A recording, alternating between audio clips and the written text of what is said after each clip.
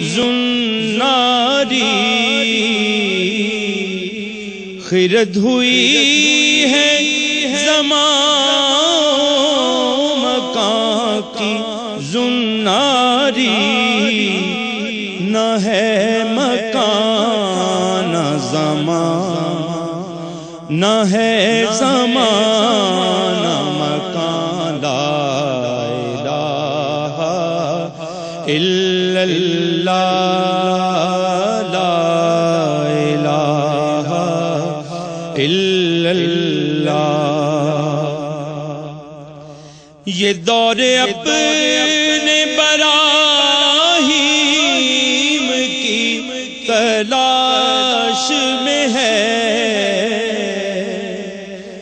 یہ دور اپنے براہیم کی تلاش میں ہے صنم کدا ہے جہاں صنم کدا ہے جہاں لا الہ الا اللہ لا الہ الا اللہ یہ نغمہ فصل گلو لال کا نہیں پابند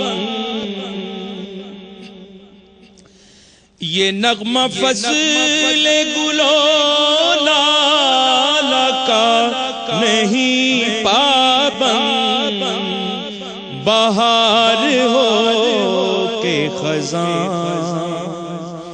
بہار ہو کے خزاں لا الہ الا اللہ لا الہ الا اللہ اگرچہ بت ہے جماعت کی آستینوں میں اگرچہ بت ہے جماعت کی آستینوں میں مجھے ہے حکم اذان مجھے ہے حکم اذان لا الہ الا اللہ لا الہ الا اللہ یہ مال و دولت دنیا یہ رشتہ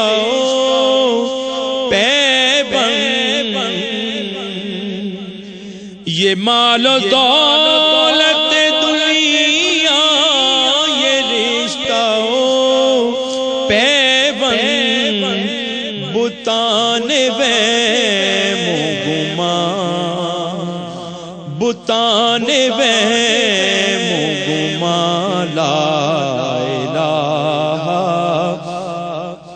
الا اللہ لا الہ الا اللہ خودی کا سر نہاں لا الہ الا اللہ لا الہ الا اللہ سبحان اللہ سبحان اللہ سبحان اللہ۔ ناظرین، پروگرام ہمارا ہے اقبال اور عشق رسول، لیکن آج کی گفتگو کے لیے جو ہم نے موضوع چنا ہے وہ ہے آبروئے امت مسلم ہے بس عشق رسول، اور یہ موضوع لے کر میں سب سے پہلے حاضر ہو رہا ہوں جناب جسٹس نذیر احمد غازی کے پاس۔ جسٹس صاحب، امت مسلم کی آبرو یقیناً عشق رسالت مآب صلی اللہ علیہ وسلم کے ساتھ وابستہ ہے۔ آپ ہماری رہنمائی کیجیے گا کہ حضرت علامہ اپنے فکر و فلسفہ میں یہ عشق رسالت مآب کو امت کے لیے ایک آبرو کی چادر بنا کر کیسے پیش کرتے ہیں؟ بسم اللہ الرحمن الرحیم۔ ڈاکٹر صاحب، آپ نے انٹرو میں بڑے خوبصورت انداز سے موضوع کا تعارف بھی کروایا ہے۔ علامہ اقبال کی شخصیت کو جب ہم دیکھتے ہیں جی جی تو ان کے جو اوصاف ہیں ان میں سے سب سے بڑھ کے جو ہمیں وصف نظر آتا ہے وہ غرق عشق رسول صلی اللہ علیہ وسلم ہے. سبحان اللہ. اور یہ یوں محسوس ہوتا ہے کہ جیسے علامہ رحمۃ اللہ علیہ کا خمیر اور ضمیر جو تھا واہ واہ اس میں ہرا کا پتھر اور بتا کی مٹی شامل تھی. واہ واہ واہ واہ واہ واہ. اس لیے آپ دیکھیے کہ علامہ جب بھی بات کرتے ہیں ان کی زندگی کے احوال جو ہے بالخصوص ان کے جو آخری برس ہیں ان کی حیات کے کہ رسول اللہ صلی اللہ علیہ وسلم کا ذکر پاک ہوا نہیں اور ان کی آنکھوں نے وضو آنسوؤں سے شروع کر دیا. بالکل ایک گداز ان کی طبیعت میں پیدا ہوتا تھا. اور رسول اللہ صلی اللہ علیہ وسلم اسی لیے وہ جو بات کہتے ہیں نا کہ نگاہ عشق و مستی میں وہی اول وہی آخر وہی قرآن وہی فرقان وہی یاسین وہی طٰہٰ وہ دانائے سبل ختم الرسل مولا کل جس نے غبار راہ کو بخشا فروغ وادی سینہ. تو علامہ اقبال کی فکر میں یہ بات تھی, وہ یہ سمجھتے تھے کہ اس امت کے اندر جو ایک قوت ہے باقی رہنے کی, اس کو میں اپنے الفاظ میں یوں کہتا ہوں کہ اس امت کے اندر پاور آف ایگزسٹنس اور پاور آف ریزسٹنس برائی کے خلاف جی یا دشمنوں کے خلاف وہ عشق رسول صلی اللہ علیہ وسلم. سبحان. جب یہ عشق سے آدمی کو آگاہی ہو جاتی ہے, دو عالم سے کرتی ہے بیگانہ دل کو, عجب چیز ہے لذت آشنائی. جب وہ اس لذت سے آشنا ہو جاتے ہیں تو پھر ستارے, پھر کائنات کی ہر شے جو ہے وہ ان کی غلام بن جاتی ہے. یہ حضور صلی اللہ علیہ وسلم کے عشق کا فیض ہوتا ہے کہ وہی لوگ جو اونٹ چلانے کا فن نہیں جانتے تھے وہ دنیا کے سب سے بہترین حکمران بن گئے. ہواؤں پہ ان کی حکومت تھی, فضاؤں پہ ان کا حکم چلتا تھا, دریا ان سے پوچھ کے چلتے تھے, ان کے حکم سے چلتے تھے. تو ساری کائنات جو ہے نا وہ کی محمد سے وفا تو نے تو ہم تیرے ہیں, یہ جہاں چیز ہے کیا لوح و قلم تیرے ہیں. تو علامہ کی یہ جو خاص خصوصیت تھی, علامہ سمجھتے تھے کہ اس امت کی بقا جو ہے وہ اس منبع لطف و کرم ذات رحمت اللہ عالمین صلی اللہ علیہ وسلم سے تعلق کی بنیاد پہ ہے.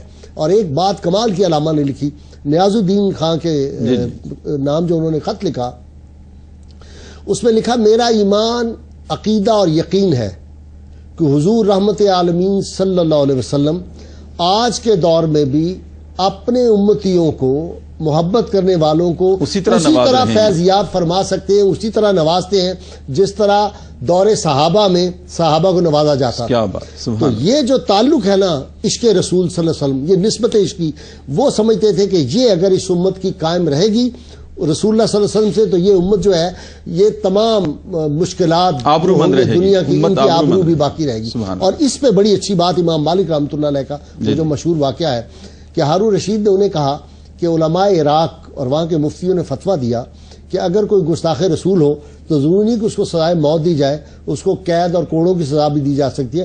تو امام مالک تڑپ گئے, انہوں نے کہا اگر یہ امت اپنے رسول صلی اللہ علیہ وسلم کی ناموس کی حفاظت نہیں کر سکتی پھر اس کے باقی رہنے کا جواز کیا ہے, یہ امت دنیا سے مٹ جائے گی. تو علامہ سمجھتے تھے کہ اگر اس امت کا رشتہ اس بارگاہ سے کمزور ہو گیا تو یہ امت باقی نہیں رہ سکتی. بالکل. لہٰذا آپ دیکھیے پوری تاریخ, ہماری 1400 سال کی تاریخ میں اس امت میں بڑی بڑی مشکلات آئیں, جی جی عملی اعتبار سے کمزور بھی ہوئے. ڈاکٹر صاحب مجھے نجاشی کے دربار میں حضرت جعفر طیار رضی اللہ تعالیٰ عنہ کا وہ خطبہ بہت یاد آتا ہے جب آپ نے فرمایا تھا کہ اے بادشاہ ہم رشتوں کو پامال کرتے تھے, ہم وہ تھے جو مردار کھاتے تھے, ہم وہ تھے جو آبرو ریزی کرتے تھے, لیکن ہمیں جو آبرو نصیب ہوئی ہے وہ آپ صلی اللہ علیہ وسلم کی ذات مبارکہ سے نصیب ہوئی ہے, آپ کے فیضان سے نصیب ہوئی ہے. آپ سے گزارش ہے کہ آپ اس آبرو کو جو امت کو نصیب ہوئی نبی کریم صلی اللہ علیہ وسلم کے رشتوں سے اور آپ سے والہانہ وابستگی کے ساتھ حضرت علامہ کے کلام میں ہمیں وہ اشارے کہاں کہاں ملتے ہیں. جی ڈاکٹر صاحب بہت بہت شکریہ. علامہ کی شخصیت جیسا کہ آپ نے اور غازی صاحب محترم نے بھی بڑے پیارے انداز سے بات کی, اور مجھے ان کی بات اب بھی میرے لاؤ شعور کے اندر گونج رہی ہے کہ علامہ کا ضمیر اور خمیر ہرا کے پتھر اور جو ہے غار ہرا کا پتھر اور بتا کی مٹی سے بنا ہے. تو مجھے اقبال کا ایک شعر یاد آ رہا تھا, پرشین کا شعر. علامہ فرماتے ہیں کہ تور موجے از غبار خانہ اش گابارہ بیت الحرم کاشاناش، واہ واہ کہ رسول اللہ کے گھر میں آپ کے صحن اقدس میں جو گرد اٹھتی ہے نا، اس گرد کا ہر ذرہ دور سے بڑھ کر ہے، واہ واہ واہ، اپنی عظمتوں کے لحاظ سے، اپنی انوار کے لحاظ سے، اپنی تجلیات کے لحاظ سے. سبحان. یہی سبب ہے کہ ہمارا قبلہ کعبہ ہے اور کعبہ کا قبلہ حضور کا کاشانہ ہے. واہ واہ. تو اقبال کا تو تصور یہ ہے، اور میں آپ کو عرض کروں ہمیں یہ چیز نہیں بولنی چاہیے، اقبال شاعر نہیں ہے صرف، جی جی بالکل، وہ مفکر ہیں. یہ وہ ہستی ہیں ہماری تاریخ کی، وہ شاہ ولی اللہ کے بعد اقبال سے بڑا اور جامع آدمی ہم نے پیدا کوئی نہیں کیا، اور اقبال کے بعد سے لے کے آج تک یہ منصب خالی پڑا ہے، جس نے مشرق اور مغرب کے علمی صوتوں اور علمی سرچشموں سے ڈائریکٹ فیض حاصل کیا. اس کی نظر عصر حاضر کی دانش پہ تھی، عصر حاضر کے تقاضوں پہ تھی. تو جب وہ عشق کی بات کرتا ہے تو یہ ایک جذبہ نہیں ہے محض، ایک تصور نہیں ہے، ایک ادبی ضرورت نہیں ہے جس کے تحت وہ عشق کی بات کر رہے ہیں اپنے کلام کے اندر. یہ ایک ہماری ملی تہذیبی اعتقادی قومی ضرورت ہے جس کے بغیر ہمارے وجود کے بقا کا کوئی امکان نہیں ہے.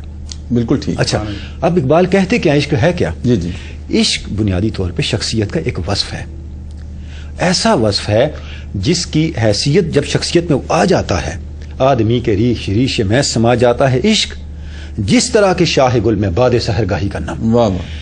یہ جو آپ کو پھول تر و تازہ لگتا ہے صبح کے وقت، کیوں؟ یہ نسیم سحر کی وجہ سے ہے، جو اس کے ریزے میں، اس کے روئے میں گھس جاتی ہے، جذب ہو جاتی ہے. علامہ فرماتے ہیں بعین ہی عشق جو ہے ارتباط حرف و معنی، اختلاط جان و تن، جس طرح اخگر کباب پوش اپنے پیرہن سے ہے. انگارے کو اگر آپ دیکھیں ہے وہ لکڑی، لیکن آگ اس کے ریشے میں گھسی ہوتی ہے، جذب ہوتی ہے، وہ سراپا آگ بنی ہوتی ہے. تو جب عشق انسان کے اندر آتا ہے تو انسان کے جو جسم کا کوئی مسام، کوئی حصہ ایسا نہیں بچتا جو اس عشق کے فیضان اور تاثیر سے خالی ہو. تو علامہ اس عشق کی بات کرتے ہیں. اب وہ عشق ہے کیا؟ فرماتے ہیں عشق پیکر محسوس مانگتا ہے. جب آپ کے سامنے پیکر محسوس نہیں ہوگا تو آپ عشق کس سے کریں؟ سے خیال سے تو عشق ہوتا نہیں ہے. وہ پیکر محسوس کیا ہے؟ وہ پیکر محسوس ذات رسالت مآب ہے. میں ایک دو اشعار آپ کے سامنے رکھنا چاہوں گا. علامہ فرماتے ہیں کہ عشق جب انسان کے اندر آتا ہے، مومن از عشق است، وہ عشق از مومن است، عشق را ناممکن ما ممکن است. بھی مومن اور عشق ایک ہی حقیقتوں کے دو نام ہیں. اور جب بندہ مومن عشق سے بن جاتا ہے، اس کے خمیر میں عشق رچ جاتا ہے، ہمارے لیے جو چیزیں ناممکن ہوتی ہیں اس کے لیے ممکن ہوتی ہیں. یہ تو عشق کے اوصاف ہیں. اور وہ عشق کون سا ہے؟ فرماتے ہیں جہاں از عشق وہ عشق کا سینہ توست، سرورش عزم درینہ توست. یا رسول اللہ، یہ جہان عشق پہ کھڑا ہے اور عشق کا سرچشمہ آپ کا سینہ ہے. عشق کے اندر جو سرور ہے یہ آپ کی مے درینہ سے ہے.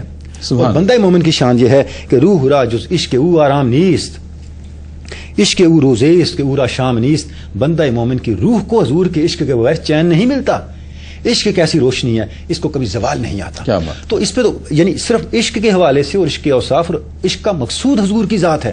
اچھا، جب یہ عشق بندہ مومن کے اندر آ جاتا ہے تو میں آپ کو عرض کروں کہ اس کو علامہ نے، میں یہ سمجھتا ہوں کہ ہماری تاریخ میں پہلی مرتبہ تہذیبی اور ملی سطح پہ ایک عملی حقیقت کے طور پہ ٹرانسلیٹ کر کے بتا دیا کہ آپ ذات رسالت مآب کے ساتھ اس طرح جڑ جائیں، اس طرح متعلق ہو جائیں کہ وہی آپ کی ترجیح اولا بن جائے. اب ہماری پوری جدوجہد آزادی کو دیکھیں. یہ اقبال تھے جنہوں نے جب بات کی ایک الگ وطن کی، بات کی ایک الگ قوم کی، تو اس کی بنیاد کیا تھی؟ صرف بنیاد سی محمد رسول اللہ.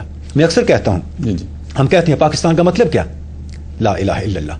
اگر ہم اقبال کے خطبہ الہباد کو سامنے رکھیں، اقبال کے اسلام اور قومیت کو سامنے رکھیں، تھوڑا سا اس نعرے میں امینڈمنٹ کر دیں تو آپ کے 20 مسائل حل ہو جائیں. وہ کیا ہے؟ پاکستان کا مطلب کیا؟ محمد رسول اللہ. واہ واہ. کیوں علامہ کہتے ہیں کہ فرد کی بقا حق کے ساتھ ہے، ملت کی بقا مصطفیٰ کے ساتھ ہے. کیونکہ ہمارا آئین حق مصطفیٰ، ہمارا فرد از حق و ملت از وے. علامہ کا یہ مشن آپ کے سامنے رکھنا چاہوں گا کہ فرد از حق ملت از وے زندہ است، از شعائے مہر او تابندہ است. ہماری بقا رسول اللہ صلی اللہ علیہ وسلم کی ذات ہے. اور میں پھر عرض کرنا چاہوں گا یہ شاعری نہیں ہے، اقبال کی فکر کا سرچشمہ قرآن مجید ہے. یہ اقبال نے قرآن مجید سے لیا ہوا ہے. کہاں؟ محمد رسول اللہ والذین معہ اشداء علی الکفار. یعنی مرکز رسول کی ذات ہیں اور جو ان کے ساتھ جڑتے ہیں ان میں 4 اوصاف ہیں. اس کے بعد پھر اس کی بقا کا راستہ ہے. ذالک مثل فی التوراۃ و مثل فی الانجیل کزرع اخرج شطأہ فآزرہ فاستغلظ فاستوى علی سوقہ. بھئی جب یہ اوصاف کے اندر 5 چیزیں آ جائیں، کیا؟ رسول اللہ کی مرکزیت کے ساتھ آپ جڑ جائیں. اس کے بعد وہ جو 4 اوصاف بیان ہو رہے ہیں، اشداء علی الکفار رحماء بینہم تراہم رکعا سجدا، یہ چیزیں آ جائیں تو کیا قرآن مجید بتاتا ہے آپ کی مثال اس تنے کی سی ہوگی، اس درخت کی سی ہوگی جو مضبوط کھڑا ہے. اور حضرت علامہ کے نزدیک یہی مرد مومن ہے. یہ ملت ہے. ہاں جی، یہی ملت ہے ہماری. دیکھیں نا پورے کھیت کی بات ہو رہی ہے نا، یہ ملت ہے. اور قرآن کہتا ہے ان کی شان ایسی کہ کفار کو دیکھ کے غصہ آتا ہے، ان کے اندر مضبوطی کہاں سے آ گئی؟ سبحان اللہ. اس کی بنیاد کیا ہے؟ آپ کی اجازت سے میں ایک بات پوچھنا چاہتا ہوں حبیب اللہ بھٹی صاحب سے، کیونکہ عشق رسالت مآب کا بھی تذکرہ ہے اور رسول اللہ کا تذکرہ ہو اور جناب بھٹی صاحب بیٹھے ہوں. جناب حبیب اللہ بھٹی صاحب، جب سے آپ نے مجھے بتایا ابھی پروگرام سے پہلے کہ میں نے دربار رسالت کے سامنے کھڑے ہو کر اپنا نذرانہ پیش کیا، وہ کیفیت میں جاننا چاہتا ہوں. میں تو اس وقت سے اسی سحر میں ابھی تک مبتلا ہوں آپ کی اس خوش نصیبی پر. کیا کیفیت تھی؟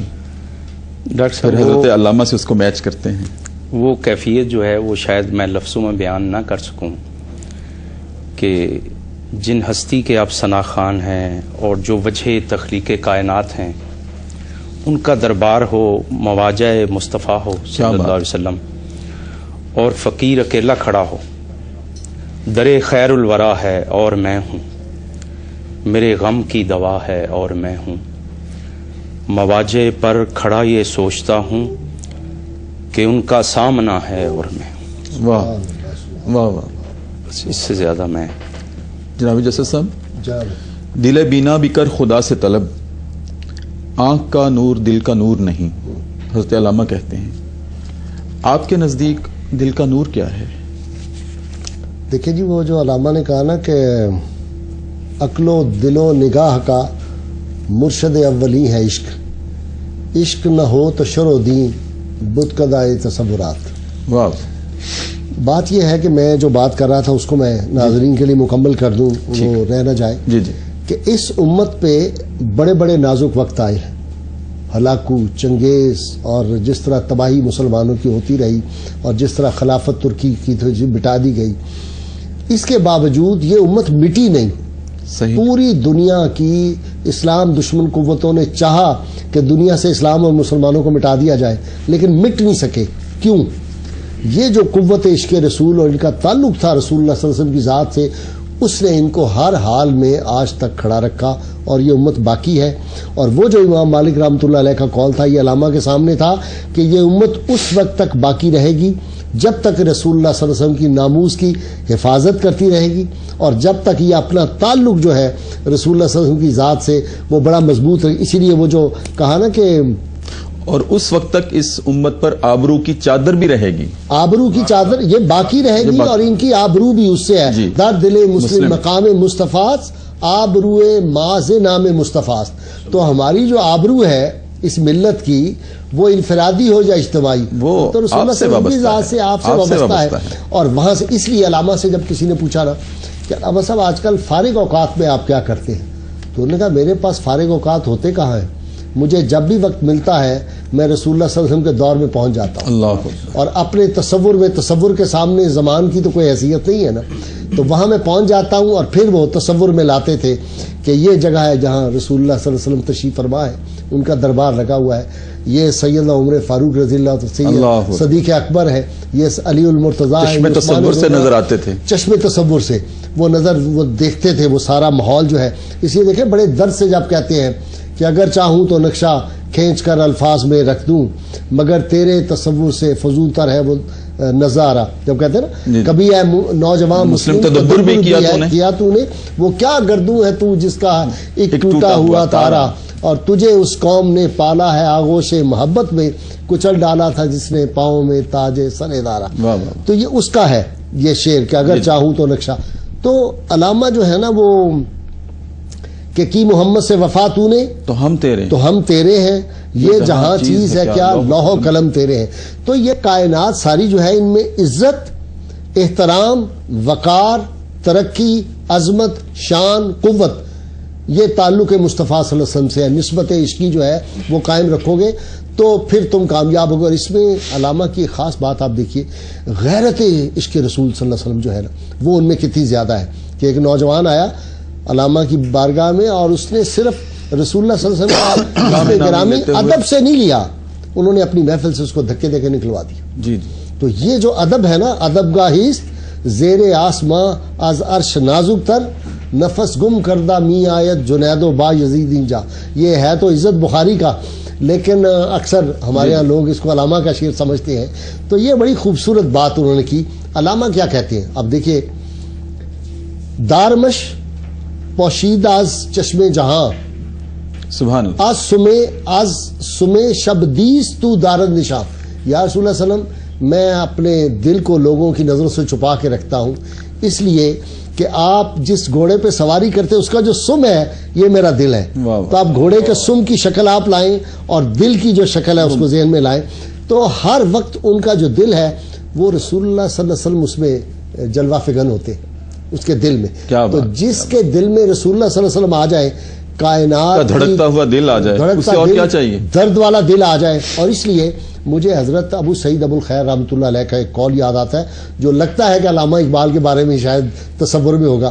انہوں نے فرمایا کہ رسول اللہ صلی اللہ علیہ وسلم کی امت کا درد کا ایک لمحہ جو سوچنا ہے یہ سینکڑوں سال کی عبادت سے افضل ہے. سبحان. تو علامہ کا جو وصف ان کو بہت بلندی پہ لے کے گیا وہ رسول اللہ صلی اللہ علیہ وسلم کی امت کا درد ہے. کیا بات. وہ چاہتے تھے کہ یہ امت جو ہے اس کا تعلق دوبارہ اس منبع فیوز و برکات سے ہو جائے اور جوڑا انہوں نے.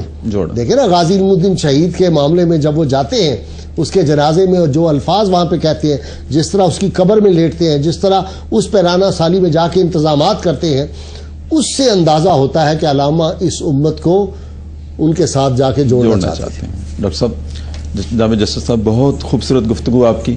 بریک کرنے کو دل نہیں کرتا لیکن بریک کا وقت آ جاتا ہے. ناظرین، بہت خوبصورت گفتگو. اقبال اور عشق رسول ہمارا موضوع، ہمارے پروگرام کا نام، اور ہماری گفتگو کا موضوع ہے کہ آبروئے امت مسلم ہے بس عشق رسول. ایک چھوٹا سا وقفہ، اس کے بعد دوبارہ آپ کی خدمت میں حاضر ہوتے ہیں. ہمارے ساتھ رہیے. کیا تو نے صحرا نشینوں کو یکتا، خبر میں نظر میں اذان سحر میں. وقفے کے بعد ناظرین دوبارہ آپ کی خدمت میں حاضر. ہمارا پروگرام ہے اقبال اور عشق رسول، اور میرے بڑے خوبصورت مہمان جناب جسٹس ریٹائرڈ نذیر احمد غازی اور جناب ڈاکٹر طاہر حمید تنولی اور جناب حبیب اللہ بھٹی صاحب. ڈاکٹر صاحب، آپ نے بھی جب گفتگو شروع کی تو اس میں حضرت علامہ کے حوالے سے عشق کا تذکرہ کیا. ایک بات کی رہنمائی چاہتا ہوں آپ سے، اور ہماری ایک کچھ کنفیوژن بھی بعض اوقات ہو جاتی ہے کہ کلام اللہ میں اللہ رب العزت نے، لوگ کہتے ہیں کہ عشق کا لفظ استعمال نہیں کیا. قل ان کنتم تحبون اللہ، وہاں حب کا لفظ ہے. اسی طرح فرامین رسول صلی اللہ علیہ وسلم جب ان کو ہم دیکھتے ہیں وہاں بھی آپ نے عشق کا لفظ استعمال نہیں کیا. المرء مع من احب، آپ نے بھی حب کا لفظ استعمال کیا. حضرت علامہ عشق کے لفظ کو اپنے کلام میں اتنی فوقیت کیوں دیتے ہیں؟ جی ڈاکٹر صاحب، اس کی جو آپ کی 2-3 ڈائمنشنز ہیں. پہلی بات تو یہ ہے کہ کسی بھی تصور کو قبول کرنا یا رد کرنا صرف اس بنیاد پہ کہ اس کی وربل فارم قرآن یا حدیث میں موجود ہے یا نہیں، میں سمجھتا ہوں یہ کوئی اصول نہیں ہے. ٹھیک، یہ تو ایک اصولی بات ہے، علمی بات ہے. یعنی آپ یہ دیکھتے ہیں کہ کیا وہ تصور قرآن حکیم کی اور حضور اکرم صلی اللہ علیہ وسلم کی تعلیمات کے منافی تو نہیں ہے. بنیادی بات یہ ہے. پہلی بات ہمیں یہ پیش نظر رکھنی چاہیے.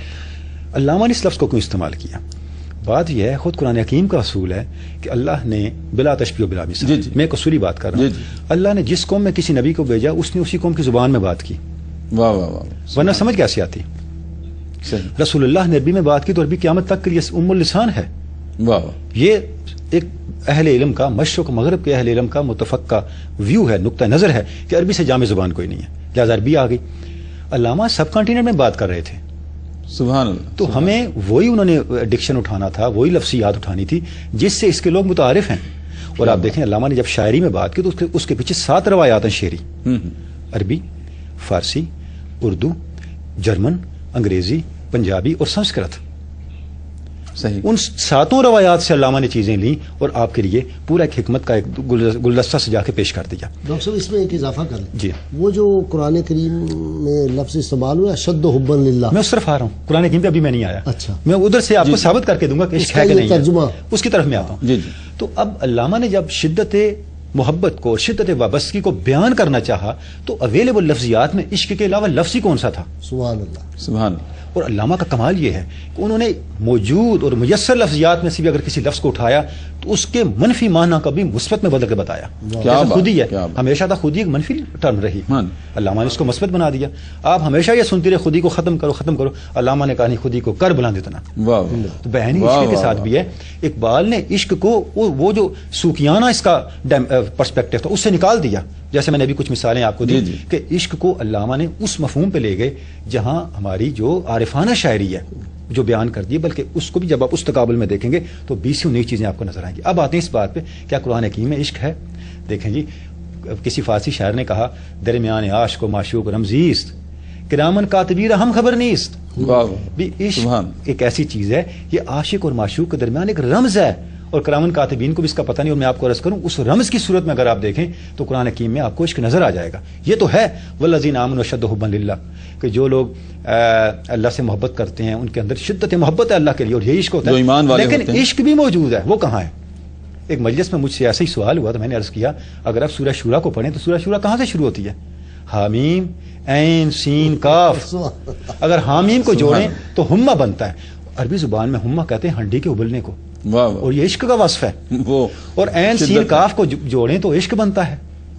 اور اللہ رب العزت نے کرامن کاتبین کو بھی جس رمز کا نہیں پتا اس کو چھپا کے رکھا ہوا، آپ سمجھیں تو صحیح، آپ دیکھیں تو صحیح۔ جو اوصاف ہیں وہ سارے کے سارے آپ کو اس کے اندر نظر آئیں گے قرآن حکیم میں، اور جو اہل ایمان کے اوصاف ہیں وہ اللہ نے بیان کر رکھے، اور اس کو بدرجہ کمال بیان کرنے کے لیے جو لفظ میسر تھا اقبال کو وہ عشق کا لفظ تھا، اور اقبال نے وہ لفظ استعمال کیا۔ بہت خوبصورت، بہت خوبصورت۔ یہ بہت بڑی ایک غلط فہمی تھی جو عام طور پہ پائی جاتی ہے، آپ نے بہت دور کر دی۔ جناب جسٹس صاحب، پروگرام کا اختتام ہے، ہم بڑھ رہے ہیں اس طرف، بس آخری آپ اپنے ارشاد سے نوازیے گا کہ آج اس امت کو جو کھوئی ہوئی آبرو ہے وہ علامہ کے فکر و فلسفہ سے کیسے نصیب ہو سکتی ہے؟ سب سے بڑی بات جو ہے اس وقت جی وہ جو علامہ نے کہا تھا نا کہ ایک ہو مسلم حرم کی پاسبانی کے لیے نیل کے ساحل سے لے کر تابخا کے کاشغر، اس وقت رسول اللہ صلی اللہ علیہ وسلم نے جس طرح یہ ساری امت کو جوڑا تھا اور ان کو متحد کیا تھا، اور بالکل اسی طرح جو لوگ تھے رسول اللہ صلی اللہ علیہ وسلم کی ذات سے جو عشاق تھے وہ مل گئے، جس طرح مقناطیس کے ارد گرد اس کے دائرے میں جو بھی ذرہ آ جاتا ہے اس کے ساتھ چمٹ جاتا ہے۔ اس مرکز سے جب ہمارا تعلق ہے تو تمام ذرے جو ہیں اس کے ارد گرد ان سب کا تعلق اس طرح ہونا چاہیے، اور اسی لیے کعبۃ اللہ جو ہے اس کے گرد جو دائرے ہیں اس کے اندر فلسفہ ہے کہ پہلے یہ کعبہ مبارک ہے، اس کے گرد یہ چھوٹا دائرہ، پھر بڑا دائرہ، پھر یہ دائرے پھیلتے پھیلتے کائنات کو اپنے جلو میں لے لیتے ہیں اور سمٹتے سمٹتے کعبہ کے ساتھ ہو جاتے ہیں۔ تو فکری طور پہ رسول اللہ صلی اللہ علیہ وسلم کی ذات سے جو لوگ تعلق رکھتے ہیں، رسول اللہ صلی اللہ علیہ وسلم کی رحمت اور شفقت پہ جن کا ایمان ہے، جن کو آپ صلی اللہ علیہ وسلم کی کل کو جو شفاعت ہے اس کی امید اور اس سے یقین ہے، ان سب کا فرض ہے کہ تمام کلمہ گو بھائی جو ہیں وہ دنیا کے کسی کونے میں آپس میں محبت اور پیار کی وہی کیفیت واپس لیں، رحماء بینہم۔ کیا بات، یہ سب سے بڑی بات۔ بہت خوبصورت، بہت شکریہ جناب جسٹس نذیر احمد غازی صاحب آپ کا، ہمارے پہلے پروگرام میں آپ تشریف لائے، ابتدا ہی ہم نے آپ سے کی۔ جناب ڈاکٹر طاہر حمید تنولی صاحب آپ کا بہت شکریہ، ہماری دعوت پہ آپ تشریف لائے۔ ناظرین، اس گفتگو سے اگر ہم خلاصہ نکالیں تو حضرت علامہ کے فکر و فلسفہ سے، آپ کے کلام سے جو ہمیں بات ملتی ہے اس کا مرکز و محور بس ایک ہی ہے کہ اپنی ذات کو محمد رسول اللہ تک پہنچا دو، اور اتنا پہنچا دو، اتنی وہاں حاضری لگا دو کہ کبھی غیر حاضری ہو تو وہ طلب کر لیں، وہ خود طلب کر لیں۔ اولیاء کی بھی کیا بات ہوتی ہے، پیر میر علی شاہ رحمہ اللہ کے بارے میں مشہور ہے کہ کبھی سنتیں قضا نہیں ہوئی تھیں، کبھی بھی زندگی میں قضا نہیں ہوئی تھیں، ایک بار قضا ہو گئیں کسی وجہ سے، آپ نے صرف فرض پڑھ لیے، جب آنکھ لگی سوئے تو نبی کریم خواب میں آ گئے، کہا کہ میر علی کیا بات ہے آج ہماری سنتیں نہیں پڑھی؟ تو وہ کہنے لگے ساری عمر پڑھتا رہا، آپ کبھی خواب میں نہیں آئے، آج مس ہو گئی تو آج آپ پوچھنے کے لیے آ گئے۔ کہا پہلے تم روز ہمیں حاضری لگاتے تھے، آج غیر حاضر ہوئے، ہم خود حاضر ہو گئے۔ اور اگلی بات میں پھر کسی محفل میں کہوں گا جو پیر میر علی شاہ نے کہی تھی۔ تو ناظرین، یہی ہمارے لیے پیغام ہے کہ ہم اپنے آپ کو عشق رسالت مآب میں اس قدر غرق کر دیں کہ ہماری روزانہ حاضری وہاں دربار رسالت میں لگا کرے، اور کبھی ہم سے بھی پوچھا جائے کہ آج میرا ذکر کیوں نہیں کیا۔ کبھی ہماری بھی خواب میں آ کر یہ نبی کریم صلی اللہ علیہ وسلم یہ سعادت ہمیں نصیب فرمائیں، لیکن وہاں تک پہنچانا پہلے ضروری ہے اپنی ذات کو۔ میں اسی خوبصورت گفتگو کے ساتھ آج کے اس پہلے پروگرام کا اختتام کرتا ہوں۔ اپنے میزبان ڈاکٹر محمد طاہر مصطفیٰ کو نہایت ہی ادب اور عزت و انکساری کے ساتھ آپ سے اجازت مانگتا ہے، اور میں گزارش کروں گا جناب حبیب اللہ بھٹی صاحب سے کہ وہ کلام اقبال سے ہی آغاز کیا تھا اور کلام اقبال سے ہی اپنی خوبصورت آواز میں پروگرام کا اختتام فرمائیں۔ لوح بھی تو قلم بھی تو تیرا وجود الکتاب، لوح بھی تو قلم بھی تو تیرا وجود الکتاب، گنبد آبگی نہ رنگ تیرے محیط میں ہوا، لوح بھی تو عالم آب و خاک میں تیرے ظہور سے فروغ، ذرائے ریگ کو دیا تو نے طلوع آفتاب، ذرائے ریگ کو دیا تو نے طلوع آفتاب، لوح بھی تو قلم بھی تو تیرا وجود الکتاب، شوکت سنجروں سلیم تیرے جلال کی نمود، فقر جنید و بایزید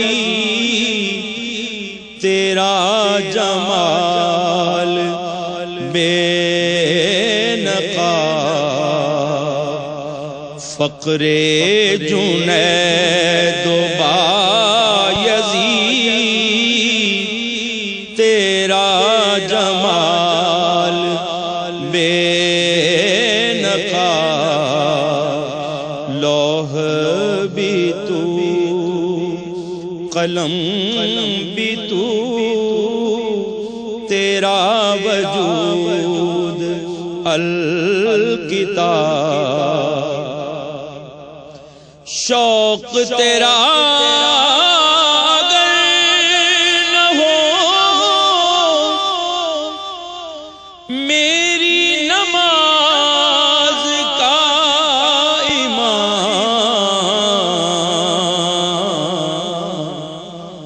میرا قیام بھی حجاب، میرا سجود بھی حجاب، میرا قیام بھی حجاب، میرا سجود بھی حجاب، تیری نگاہ ناز سے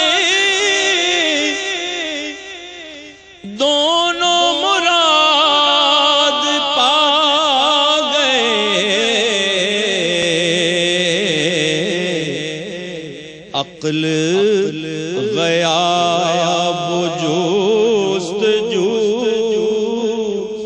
عشق حضور و اس طرح عقل غیاب و جستجو عشق حضور و اس طرح